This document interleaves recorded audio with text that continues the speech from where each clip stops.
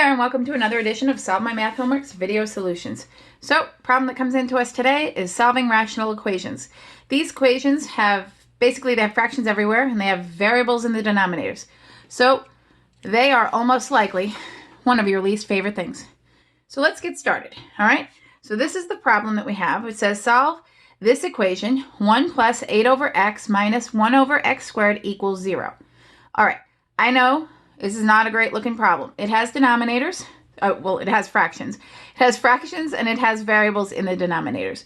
So I'm happy to tell you your first step is to get rid of the fractions. And we do that by finding the lowest common denominator, just like when you were in elementary school. All right, so here we have a 1. It's basically 1 over 1. Okay, so that's not going to affect our LCD. Here we have an x. Here we have an x squared. So what I need is I need the lowest common denominator so that I can multiply all of the terms in this equation by that and therefore clear the denominator. So I need something that will cancel the entire denominator on every single term. The 1, the 8 over x, the 1 over x squared. All right, so my LCD, it's not x squared, right? Okay, so my LCD is x squared. So I need to multiply. And remember, when you need to multiply all terms by the LCD. Okay, so let's do that. All right, so we're going to multiply x squared by 1. Okay, don't forget to multiply the 1 just because it doesn't have a denominator. And x squared times 8 over x. And we're going to multiply, and don't lose your signs. The addition sign is still an addition sign. The subtraction sign comes down as is. Let's see, I'm going to make this a little neater by doing 1 over x squared times x squared equals, and I think I can squeeze it in, x squared times 0.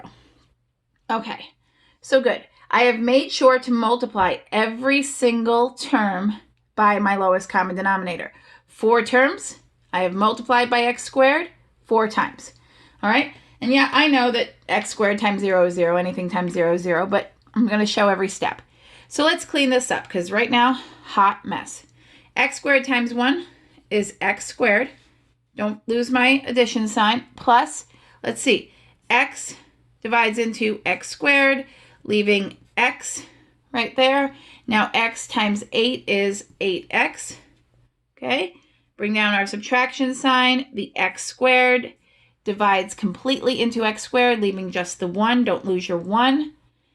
And we got 0 times anything is 0. All right, so it looks like this turned into a quadratic. I kind of thought it would. So it was set equal to 0 in the beginning, and our LCD was x squared. Things that scream, I'm probably going to turn into a quadratic.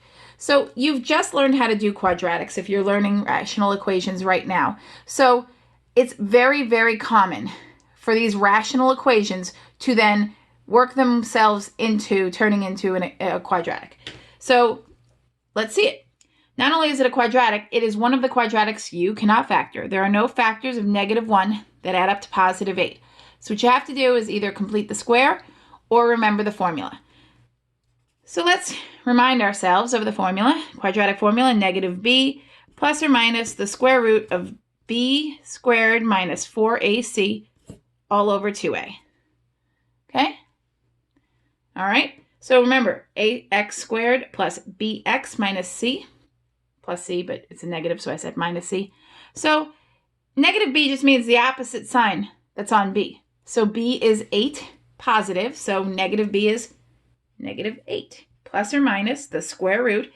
B squared is 64 minus 4 times a, which is 1, times c, which is -1, all over 2a. Oh, sorry. 2 times 1. Because a is 1. All right, so let's clean this up. -8 plus or minus. Let's see, we've got a double negative, right? We have minus and -4, so that's going to be plus 4. So 64 plus 4 is 68. Divide by 2. Let's see if I could simplify that radical. I know that 68 is divisible by 4. Yes, yep, 17 times it goes in. Okay, so I can now simplify this a bit and say 2 rad 17. Let's move everything up. Okay, So let's make this negative 8 plus or minus 2 rad 17 all over 2.